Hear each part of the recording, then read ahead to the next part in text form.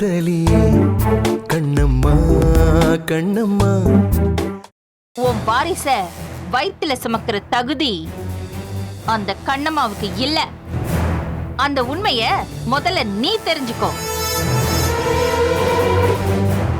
இதுக்கு பிறகும் அவளை இந்த வீட்ல வச்சுக்க சொல்றியா பாரதி? பிரச்சனை என்னோடது. அவளுக்கு ஒரு குழந்தை கொடுக்க முடியாத பிரச்சனை எனக்கு தாம்மா இருக்கு. ஆனா தண்டனையை கண்ணம்மா கொடுத்துட்டீங்களேம்மா. அவளை இந்த வீட்டு மருமகளா இத்தனை நாள் நான் வச்சுக்கிட்டு இருந்ததுக்கு காரணம் நீ. உனக்காக மட்டும்தான் நான் அவளை சகிச்சுக்கிட்டேன்.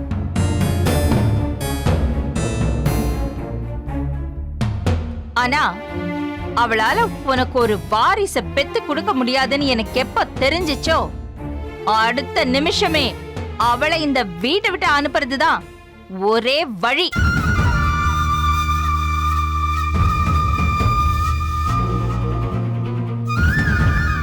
இப்படி பண்ணிட்டீங்களேம்மா. எனக்கு தெரியாம என்கிட்ட ஒரு வார்த்தை கூட சொல்லாம அவளை. அதான் சொன்னேனேடா, உன்கிட்ட சொல்லிட்டு செஞ்சிருந்தாலும் இதுதான் என் முடிவு. பாரதி, நீ அழறத நிப்பாட்டு. உன்னோட கண்ணீருக்கு அவளுக்கு தகுதியே இல்லடா. உங்களுக்கு என்னமா தெரியும்? எனக்கு மனைவியா இருக்கிறதுக்கு கண்ணம்மாக்கு எல்லா தகுதியும் இருக்குமா? அன்போட அனுசரணையோட இருக்கிறத விட வேற என்னமா தகுதி வேணும்? என் கண்ணம்மா இதுவரையும் யாரையாவது எடுத்தெறிஞ்சு பேசியிருப்பாளா? இல்ல யார் மனசையாவது புண்படுத்துற மாதிரி நடந்திருப்பாளா?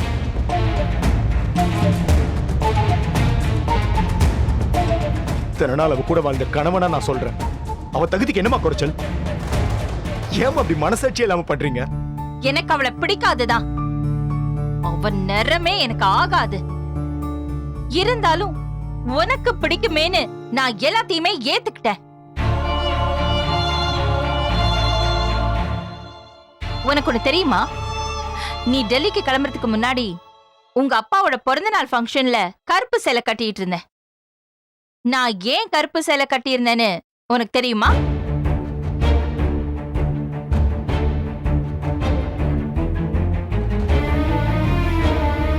கண்ணம்மாவுக்கு எந்த கலர்ல குழந்தை பிறந்தாலும் நீ மனப்பூர்வமா ஏத்துக்கணும்னு உங்க அப்பா என்கிட்ட சத்தியம் வாங்கியிருந்தாரு.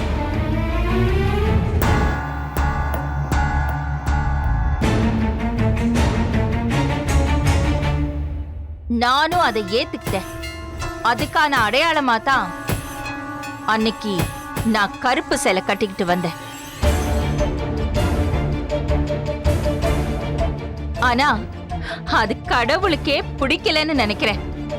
அதனாலதான் அவளுக்கு இப்படி ஒரு குறைய கொடுத்துட்டான் ஆண்டவன். என்கிட்ட கோவப்பட்டு எந்த பிரயோஜனமும் இல்ல பாரதி. இத்தனை நாள் எனக்கு பிடிக்கலனாலும் இந்த வீட்ல அவளை நான் எப்படி ஏத்துக்கிட்டேனோ அதே போல இனிமே அவ இங்க இருக்க மாட்டாங்கிறத நீ ஏத்துக்கிட்டு தான் ஆகணும்.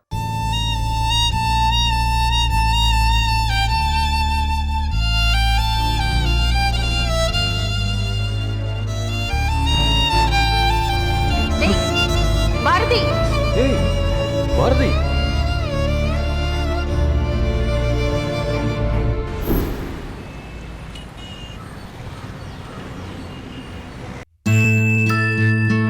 தாங்க முடியாத வழி டாக்டர். டாக்டர் பொழைச்சிருவாரா? எப்படியாவது இவரை பொழைக்க வச்சிருங்க டாக்டர். அக்கா, மாமாவுக்கு வந்திருக்கிறது பக்கவாதம் தான். விட்டா நீயே அவரை மேல அனுப்பிச்சு வச்சிருவ போலயே. நீ சும்மா இருடா. ஒண்ணு கிடக்க ஒண்ணு நடந்துருச்சுன்னா நான் என்னடா பண்றது? டாக்டர் சார், எப்படியாவது இவரை பொழைக்க வச்சிருங்க. இவர் ஒருத்தர் தான் இந்த குடும்பத்துல ஓடி ஆடி சம்பாதிக்கிறவரு. இவர் இப்படி படுத்த படுக்கையா கடந்தா நாங்க எங்க போய் நிக்கிறது? எங்க யாருக்கு வேலை வெட்டிக்கு போய் பழக்கமும் இல்ல. எங்கேயாச்சும் போய் பிச்சை எடுக்கலாம்னா பிச்சை எடுக்க கூட எங்களுக்கு தெரியாது. இல்லம்மா, உனக்கு தெரியும்? ஏண்டா உனக்கு? எதுக்கு இப்ப முறைக்கிறவன்? இந்த ஆள் பாட்டில் இப்படி படுத்து கிடந்தா யாரு போய் சம்பாரிச்சு கொண்டு வரது? இவருக்கு யாரு போய் நல்லது கெட்டது பாப்பா? ஐயா டாக்டரே, நல்லா வாய்க்கு வக்கனையா என்னை திட்டி தீக்கும் போதே இந்த கையும் காலும் இழுத்துக்கிட்டு விழுந்துட்டாருங்க. எப்படியாச்சும் இவரை கொஞ்சம் எந்திரிக்க வச்சு இப்படி அப்படின்னு நடக்க வச்சிருங்க. ஏன் சொல்றேன்னா, அதான் எல்லாம் சொல்லிட்டியே. அவர் எந்திரிச்சு நடக்கணும், சம்பாதிக்கணும், அத வாங்கி தின்னுட்டு அவரையே தூக்கி போட்டு மிதின்னு மிதிக்கணும். இததானே நீ சுத்தி சுத்தி சொல்ல வர? டேய் நீ கொஞ்சம் அமைதியா இருக்க மாட்ட? டாக்டர் ஐயா, அவருக்கு என்னன்னு கொஞ்சம் பாருங்கய்யா. கொஞ்சம் லைட்டா நடந்தா கூட போதும். வாய்ப்பு இல்லம்மா.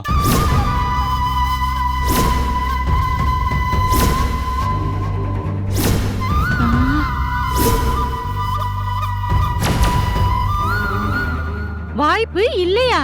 ஆமாம்மா, இவருக்கு மூளையில பாதிப்பு ஏற்பட்டு பேரலிசிஸ் ஆயிருக்கு.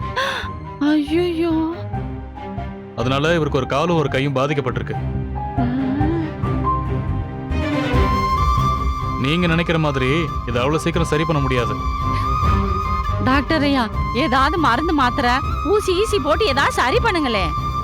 எத்தனை ஊசி வேணுமாலும் போட்டுக்கங்க. ஊசி மருந்து மாத்திரையெல்லாம் கொடுத்து சரி பண்றதுக்கு இது ஒன்றும் காய்ச்சல் தலைவலி இல்லைம்மா. மனசுல டென்ஷனும் கோவமும் இருக்கிறவங்களுக்கு இந்த பிரச்சனை அதிகமா வரும்மா.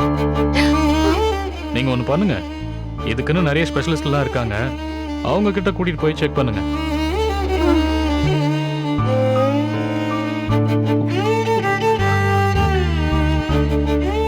இப்போதைக்கு வலிக்கு மட்டும் சில மெடிசன்ஸ் எழுதி கொடுத்துருக்கேன்.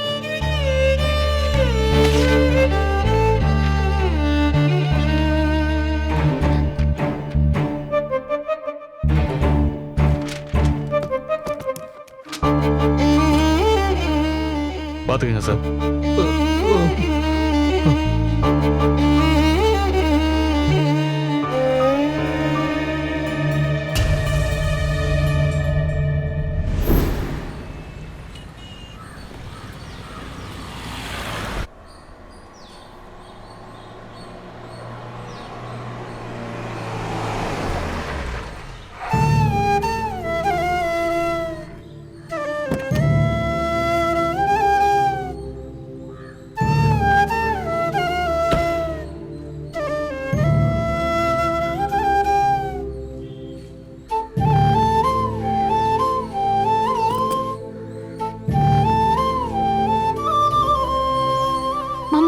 கண்ணம்மா,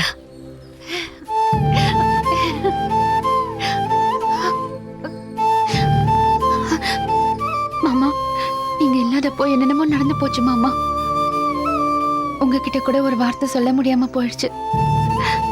என்ன மன்னிச்சிருங்க மாமா. என்ன பேசுற கண்ணம்மா? உன் மனசு எவ்வளவு காயப்பட்டிருக்குன்னு எனக்கு நல்லா தெரியும். நீ என்ன ஆசைப்பட்ட அந்த வீட்டை விட்டு வெளில வந்திருப்ப? எங்க அம்மா தான் போ வெளிலன்னு சொன்னாங்கன்னா நீ ஏன் கண்ணம்மா திருப்பி கேட்கல? நானும் இந்த வீட்டு மருமக தான், எனக்கும் இங்க ஈக்குவல் ரைட்ஸ் இருக்கு, நான் ஏன் வெளில போகணும்னு நீ கேட்டிருக்கணும் கண்ணம்மா. பாவம், நீ என்ன பண்ணுவ? இப்படி பேசியிருக்கலாம், அப்படி நடந்திருக்கலாம், நான் பாட்டுக்கு சொல்லிட்டு போயிடுவேன். ஆனா அந்த பிரச்சனையில சிக்கி தவிச்ச உனக்கு தானே தெரியும் வலியும் வேதனையும். ஆனா ஒண்ணு மட்டும் உண்மை கண்ணம்மா, இனிமே உன்னை விட்டு நான் எங்கேயுமே போக கூடாது. உனக்கு ஒண்ணு தெரியுமா? இந்த விஷயத்தை கேட்ட உடனே நான் எவ்வளவு துடிச்சேன்னு. அன்னைக்கு மட்டும் நான் இருந்திருந்தேன்னு வச்சுக்கோ. இருந்திருந்தா எனக்கு இப்படி நடக்க விட்டுருக்க மாட்டீங்க மாமா. அது மட்டும் எனக்கு நல்லா தெரியும். நீங்க என் பக்கத்துல இருந்தா எனக்கு யானை பலம். கண்ணம்மா, நீ கவலை விடு. இனிமே எல்லா பிரச்சனையும் நான் ஹேண்டில் பண்ணிக்கிறேன். முதல்ல இந்த மாமா கிட்ட மன்னிப்பு கேட்கணும். பொண்ணு கட்டி கொடுத்த வீட்டுக்கு வந்து எவ்வளவு அவமானப்பட்டு போயிருப்பாரு. அவர் மனசு எவ்வளவு வலிக்கும். எங்க அவரு? மாமா மாமா இருக்கணுமா? மாமா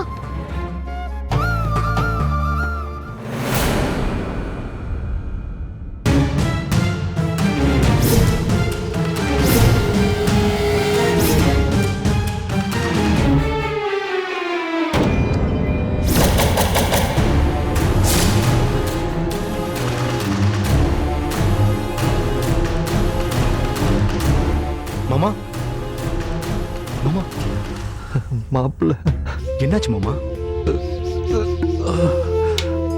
கண்ணம்மா, அப்பாக்கு எப்ப இப்படி ஆச்சு? ஏன் என்கிட்ட ஒரு வார்த்தை கூட சொல்ல? அன்னைக்கு என்னை இங்க கூட்டிட்டு வரும்போது சித்தி கூட ஒரு சண்டை. அப்ப அப்பாவுக்கு திடீர்னு இப்படி ஆயிடுச்சு மாமா. நான் உங்களுக்கு சொல்லணும்னு நினைச்சேன், ஆனா காலே போகல மாமா. என்ன கண்ணம்மா நீ? மாமா இப்ப எப்படி இருக்கு மாமா? பெயின் இருக்கா? பரவாயில்ல மாப்பிள்ள, கொஞ்சம் குறைஞ்சிருக்கு. கண்ணம்மா, நீ அப்பா. போய் மாப்பிள்ளைக்கு காஃபி எடுத்துட்டு வா. ம்.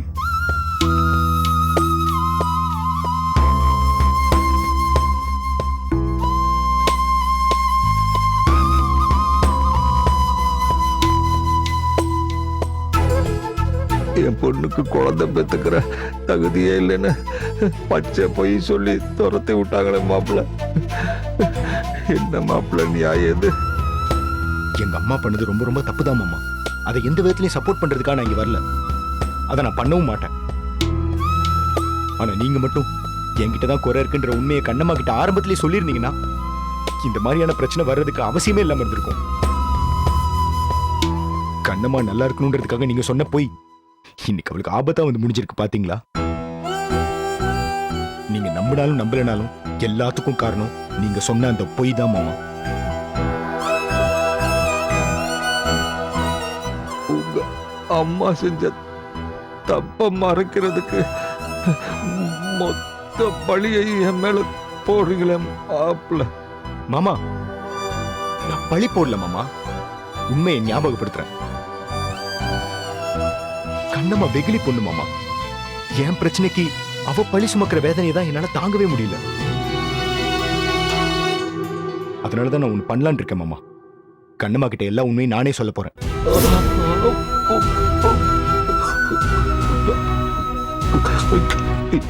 எல்லாம் உண்மையெல்லாம் அதான் எனக்கு குழந்தை பிறக்காதுன்ற உண்மையை நீங்க மறைச்சிங்கல்ல, அதை நானே சொல்ல போறேன். தயவு செஞ்சு அதை மட்டும் சொல்லிடாதீங்க மாப்பிள்ள. அவளுக்கு தெரிஞ்ச உயிரோட பார்க்க முடியாது. சொல்ல வேணாம், அவங்கிட்ட சொல்ல மாட்டேன்னு சத்தியம் பண்ணி கொடுங்க மாப்பிள்ள.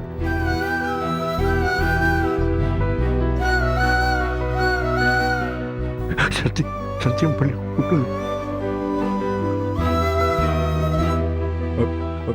மாமா. ஒன்னும் கவலைப்படாதீங்க மாமா. இதுக்கு இப்போ நிறைய அட்வான்ஸ் டெக்னாலஜிலாம் வந்துருச்சு. ரெக்கவரி பர்சன்டேஜ்லாம் ரொம்ப அதிகம். பாத்துக்கலாம் மாமா. மாமா காஃபி. இல்ல வேணாம், காஃபியை குடிங்க நான் கிளம்புறேன் மாமா. மாமா உடம்பு பாத்துக்கோங்க மாமா. சரிங்க, நான் அப்பப்போ வந்து உங்களை பாத்துக்கிறேன். சரி, போயிட்டு சரியா? வாங்க, போயிட்டு வாங்க. கண்ணம்மா பாட்டு இதோ வரேன்ப்பா. வச்சுட்டு வா. வரேன் மாமா. சரிங்கம்மா, போயிட்டு வா.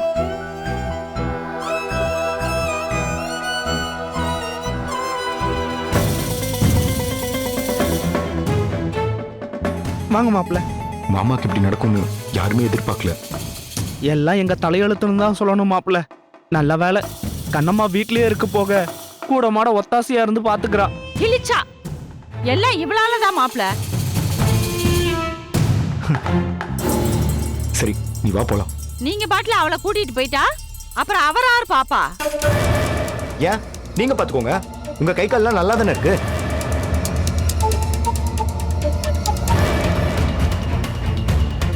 அதுக்கு இல்ல மாப்பிள்ள, என்ன இருந்தாலும் கண்ணம்மா கூட இருந்து பாத்துக்கிற மாதிரி வருமா மாப்பிள்ள? இப்படி சொல்ல உங்களுக்கு வெக்கமா இல்லையா? கட்டின புருஷங்க பக்கவாதம் வந்து படுத்திருக்காரு, அவரை நல்லா கவனிச்சுக்குவீங்கன்றத பார்த்தா வேலை பார்க்க பயந்துட்டு கண்ணம்மாவை இருக்க சொல்றீங்க.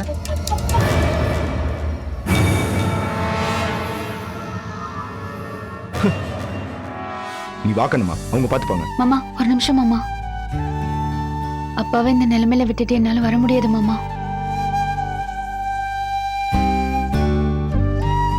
கொஞ்சம் சரியாகிற வரைக்கும் நான் கூட இருந்து பாத்துக்கிறேனே.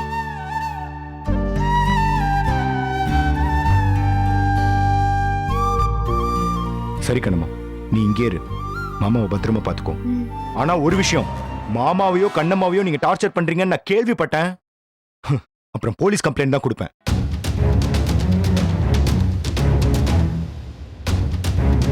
குடும்ப வன்முறை தடுப்பு சட்டத்துல உங்க 2 பேருக்கும் 2 வருஷம் ஜெயிலுக்கு போக வேண்டியது இருக்கும். ஏன் மாப்ள எங்க அக்காவும் அம்மாவும் ஜெயிலுக்கெல்லாம் பயப்படுற ஆளுங்கன்னு நீங்க நினைக்கிறீங்க? அதெல்லாம் ஒண்ணும் ஆகாது மாப்ள, நீங்க போங்க, அவரை நாங்க பத்திரமா பாத்துக்கிறோம். அது கண்ணம்மா, நான் வரேன் கண்ணம்மா. எதுவா இருந்தாலும் எனக்கு கால் பண்ணு, நான் இருக்கேன். ஓகே? சரி மாமா. பாத்துக்கோ.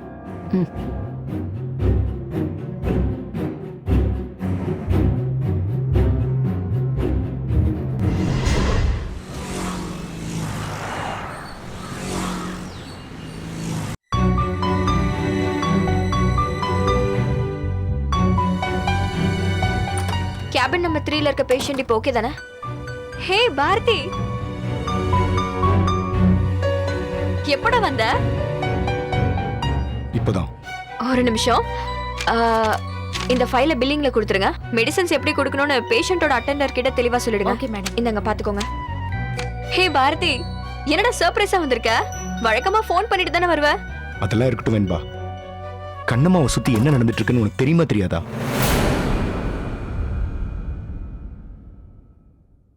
கேள்விப்பட்டேன் பாரதி. கேள்விப்பட்ட. ஆனா என்கிட்ட ஒரு வார்த்தை சொல்லணும்னு உனக்கு தோணவே இல்லைல்ல? 2 நாள் டெல்லிக்கு போயிட்டு திரும்ப வரதுக்குள்ள எவ்வளவு பிரச்சனை. எங்க அம்மா கண்ணம்மாவை வீட்டை விட்டு வெளில அனுப்பியிருக்காங்க. அவங்க அப்பா வந்து அவளை வீட்டுக்கு கூட்டு போயிருக்காரு. அங்க பழக்கம் போல கண்ணம்மாவோட சித்தி ஒரே பிரச்சனை பண்ணிருக்காங்க. அங்க நடந்த சண்டையில இப்ப கண்ணம்மாவோட அப்பா பக்கவாதம் வந்து படுத்த படுக்கையா இருக்காரு. எல்லாத்துக்கும் காரணம் நீதான். நீ சொன்ன பொய் தான் இங்க இருக்க எல்லா பிரச்சனைக்கும் காரணம். பாரதி, அவரு பேரலிஸ் ஆனதுக்கும் எனக்கும் என்னடா சம்பந்தம்? என்ன எதுக்கு இதுல இழுக்குற? ஆமா வெண்பா, நீ எனக்கு இருக்க குறைய கண்ணம்மாக்கு இருக்கிறத மாத்தி சொன்னல, அந்த பொய் தான் எல்லாத்துக்கும் காரணம். அது மட்டும் நீ சொல்லனா இதெல்லாம் நடந்திருக்குமா? பாரதி, நீயும் டாக்டர், நானும் டாக்டர். பேரலிசிஸ் வரதுக்கு என்ன காரணம்னு நம்ம 2 பேருக்குமே தெரியும். ஆக்சுவலி கண்ணம்மாவோட அப்பாவுக்கு ஆல்ரெடி பிபி சுகர் எல்லாமே ரொம்ப ஹையா இருந்திருக்கு. இப்போ அவரு படுத்த படுக்கையானதுக்கு அதுதான் காரணம். நான் எப்படி காரணமாக முடியும்? நேரடியா நீ காரணம் இல்லதான். ஆனா நீ கண்ணம்மா கிட்ட சொன்னல ஒரு பொய், அதுதான் இப்படி எல்லா இடத்துலயும் சுத்தி சுத்தி வந்து நிக்குது. அதுதான் அவங்க அப்பாவை இப்படி படுத்த படுக்கையா போட்டிருக்கு. பார்க்கவே பாவமா இருக்கு வெண்பா. பாரதி, நீ பேசுறது உனக்கே நியாயமா இருக்கா? உனக்கு குழந்தை பிறக்காதுங்கிற உண்மை கண்ணம்மாவோட அப்பாவுக்கு ஏற்கனவே தெரியும்.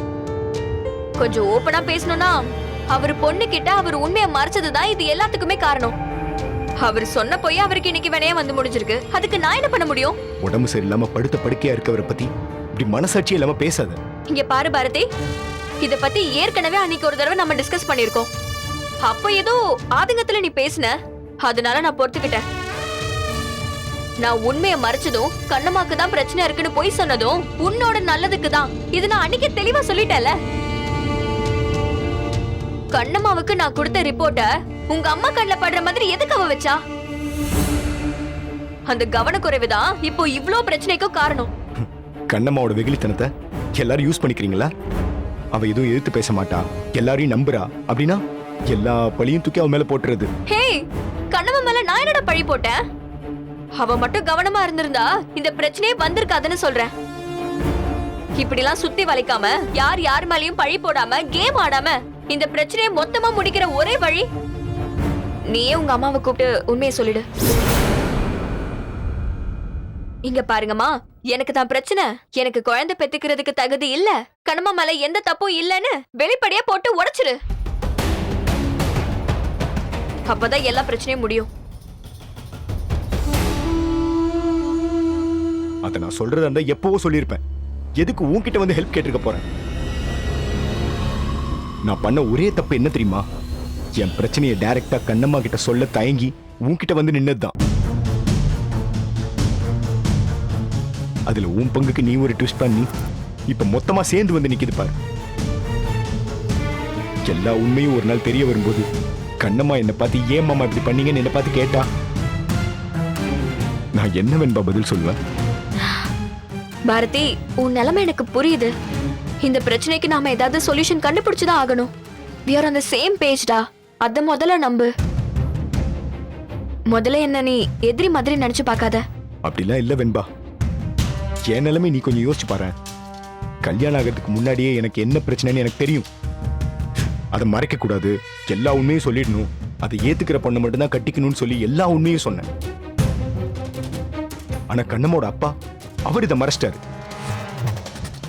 அதுக்கப்புறம் உன்கிட்ட சொன்னா நீ அந்த உண்மையை மறைச்சது மட்டும் இல்லாம எக்ஸ்ட்ராவா ஒரு பொய்யை வேற ஆட் பண்ணி சொல்லிட்ட.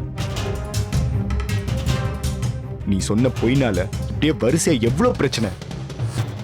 இந்த மொத்த பிரச்சனைக்கு நடுவுல நான் இருக்கேன். இப்ப கண்ணம்மாவை திரும்ப வீட்டுக்கு கூட்டு போகணும், அவங்க அப்பாவை சரி பண்ணணும். எனக்கு இந்த மாதிரி குழந்தை பிறக்காதுன்ற உண்மை எங்க அம்மாக்கு தெரியாம பாத்துக்கணும். இப்ப எனக்கு என்ன பண்றதுனே தெரியல. ஐயோ பாரதி, நான் சொல்றது ஒரு நிமிஷம் கேளு. பாரதி, பாரதி, பாரதி, பாரதி, இப்போ மொத்த கேமும் என் கையில வந்துருச்சு. கண்ணம்மாவோட அப்பா இந்த ஜென்மத்துல எழுந்திருக்க மாட்டாரு. அவரை பாத்துக்க கண்ணம்மா அங்கேதான் இருந்தாகணும், வீட்டுக்கெல்லாம் வர முடியாது. சோ ஏன் ரூட் கிளியர். உன்னை அடையக்கூடிய உரிமை எனக்கு மட்டும்தான் இருக்கு. நீ கடலாக காத்திரு, விரைவில் உன்னை வந்தடைகிறேன் நதியாக.